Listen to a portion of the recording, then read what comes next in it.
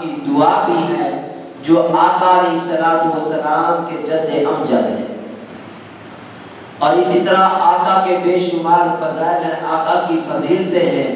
آج صرف ہم آقا کے دست مبارک کی فضیلت کو بیان کرتے ہیں، تو علماء اور مفسرین اور محدثین نے جو لکھا ہے فرماتے ہیں کہ آقا کے ہاتھ اتنے نرم تھے کہ ریشم سے بھی زیادہ آقا کے ہاتھ نرم ہوا کرتے تھے، اور آقا علیہ الصلوۃ والسلام کے دست مبارک سے جو ایک بار ہاتھ ملا لیتا، مصافحہ کر لیتا، سارا دن اس کے ہاتھ سے خوشبو آیا کرتی تھی۔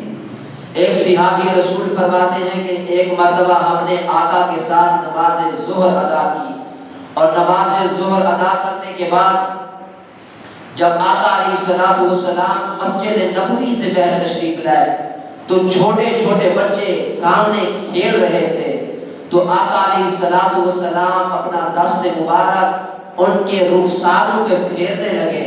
صحابی رسول کہتے ہیں کہ لوگوں، میرے دل کے اندر بھی تمنا ہوئی کاش آقا میرے رخسار پہ بھی ہاتھ پھیرتے۔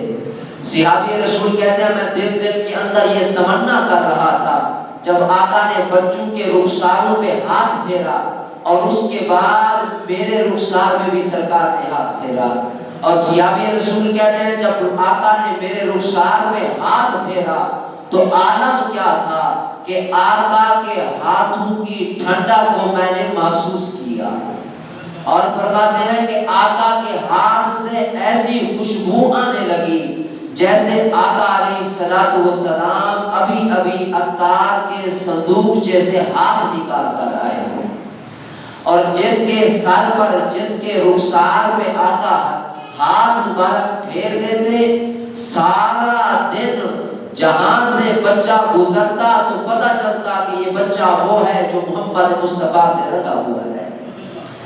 اور ایک صحابی رسول فرماتے ہیں، حضرت عباد بن صمت فرماتے ہیں ایک مرتبہ ہم آقا علیہ الصلوۃ والسلام کے ایک صحابی جن کا نام حضرت انس بن مالک ہے، کون انس بن مالک؟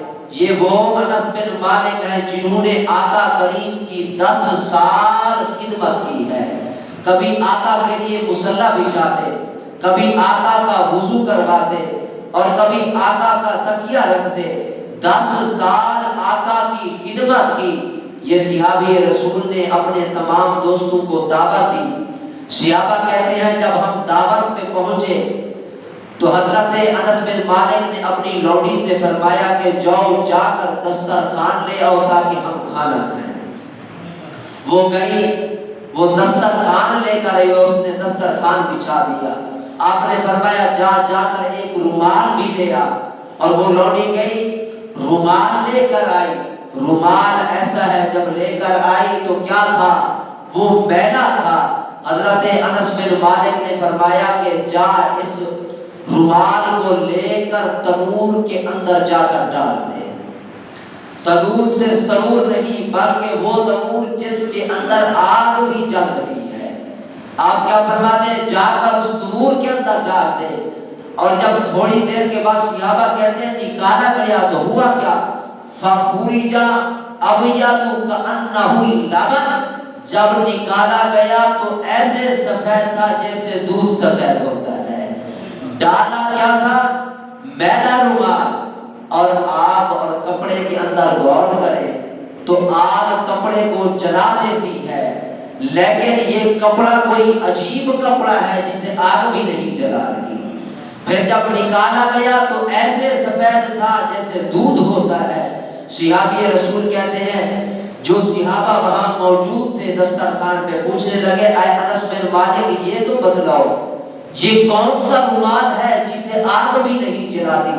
تو حضرت انس بن مالک فرمانے لگے اے میرے ساتھیوں سنو، یہ وہ رومال ہے جس سے محمد مصطفیٰ اپنا چہرہ مبارک صاف کیا کرتے تھے۔ یہ وہ رومال ہے جس سے آقا اپنے ہاتھوں کو صاف کیا کرتے تھے۔ آقا علیہ الصلوۃ والسلام نے جب اپنے ہاتھوں کو صاف کیا، اپنے چہرے مبارک کو صاف کیا، پھر جب میلا ہو جاتا ہے انس بن مالک کہتے ہیں ہماری عادت ہی یہی ہے، جب بھی میدا ہوتا ہے ہم اسے تنور کے اندر ڈالتے ہیں، تھوڑی دیر کے بعد جب نکالتے ہیں تو حالت کیا ہوتی ہے، دودھ کی طرح سفید ہمیں نظر آتا ہے، ہمیں دھونے کی ضرورت نہیں پڑتی۔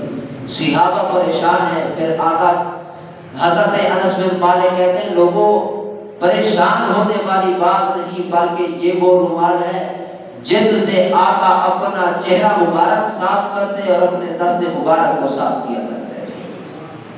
حضرت مولانا روم رحمت اللہ علیہ فرماتے ہیں اے بندے غور کر، جب ایک بے جان چیز جو آقا کے ساتھ مل گئی، آقا کے ساتھ نسبت اختیار کر لی، جب اسے آگ کے اندر ڈالا جائے آگ اسے نہیں جلاتی۔ ارے تیرے اندر تو جان ہے، اگر تو آقا سے پیار کرے گا، آقا سے نسبت رکھے گا، آقا سے الفت رکھے گا، آقا سے چاہت رکھے گا، آقا سے عشق کرے گا، تو پھر تجھے جہنم کی آگ کیسے جلا سکتی ہے؟ یہ ہے آقا علیہ السلام کی نسبت کی برکت۔ انسان جب آقا سے نسبت جوڑ لیتا ہے، اپنے تعلق کو مضبوط کر لیتا ہے، تو پھر آقا ایسی نظر رحمت فرماتے ہیں کہ پھر اسے جہنم کی آگ بھی نہیں جلا سکتی۔ اور اسی طرح ایک صحابی جن کا نام حضرت عبداللہ بن عتیق ہے، آقا علیہ السلام کا ایک دشمن یہودی تھا جس کا نام تھا ابو رافع۔ کیا نام تھا؟ ابو رافع آقا کا بہت بڑا دشمن تھا۔ اس صحابی رسول جن کا نام حضرت عبداللہ بن عتیق ہے، یہ گئے اور جا کر اس ابو رافع یہودی کو اس کے گھر کے اندر قتل کر دیا، اور گھر کے اندر قتل کرنے کے بعد جب اس کے اونچے مکان سے نیچے اترنے لگے تو آپ کا پاؤں پھسلا اور آپ گرے، اور گرنے کے بعد آپ کی پنڈلی مبارک ٹوٹ گئی۔ صحابی رسول کی پنڈلی مبارک ٹوٹی تو صحابی نے اپنا امامہ سر سے اتارا اور اتار کر اس پنڈلی کو لپیٹا، اور لپیٹنے کے بعد کسی حکیم کے پاس نہیں گئے، کسی طبیب کے پاس نہیں گئے، کسی ہڈی جوڑ والے کے پاس نہیں گئے، بلکہ آقا علیہ السلام کی بارگاہ اقدس کے اندر حاضر ہوئے اور جا کر عرض کرنے لگے آقا میں نے آپ کے فلاں دشمن کو میں نے قتل کر دیا ہے، یا رسول اللہ جب میں اترنے لگا تو ہوا کچھ یوں، میں اس کے مکان سے اترنے لگا تو میرا پاؤں پھسلا اور میری پنڈلی ٹوٹ گئی۔ سرکار نے یہ نہیں فرمایا جا کر کسی ہڈی جوڑ کو دکھا، جا کسی طبیب کے پاس جا کسی حکیم کے پاس جا۔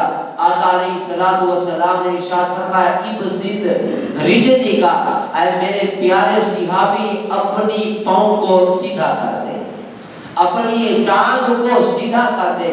صحابی رسول کہتے ہیں کہ میں نے اپنی ٹانگ کو پھیلا دیا، دیکھتے دیکھتے آقا علیہ السلام نے اپنا دست شفاعت میری ٹوٹی ہوئی پنڈلی والی جگہ پہ پھیرا تو اسی وقت میری پنڈلی درست ہو گئی۔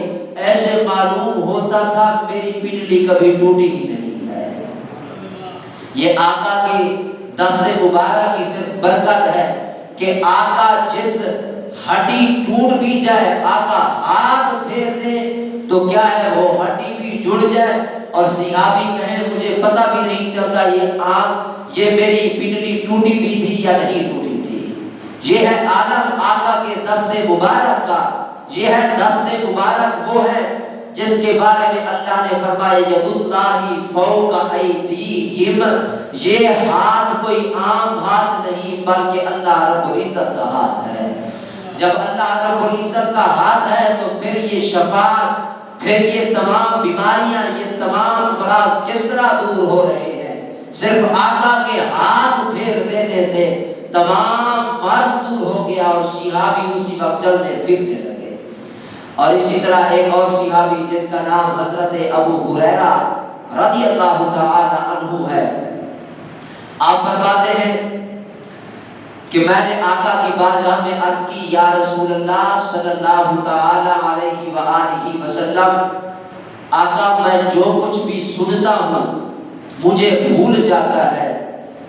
آقا علیہ السلام نے یہ نہیں فرمایا جا کر بادام کھا، جا کر پستے کھا، فلاں کر۔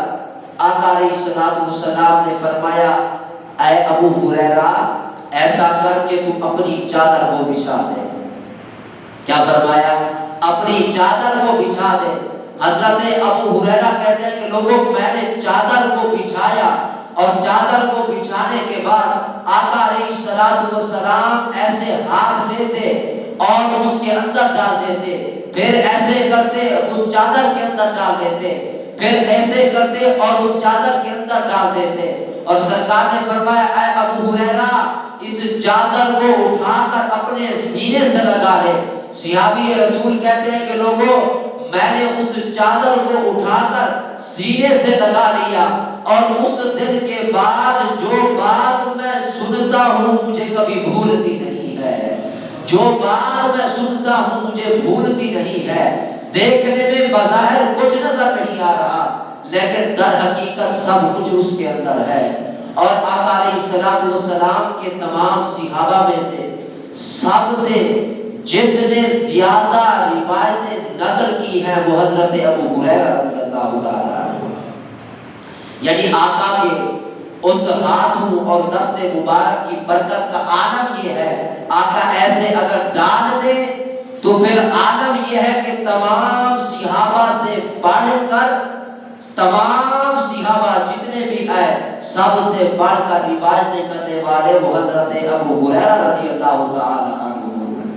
آقا کی عظمت کے کیا کہنے، چمک تجھ سے پاتے ہیں سب پانے والے، چمک تجھ سے پاتے ہیں سب پانے والے، میرا دل بھی چمکا دے اے چمکانے والے۔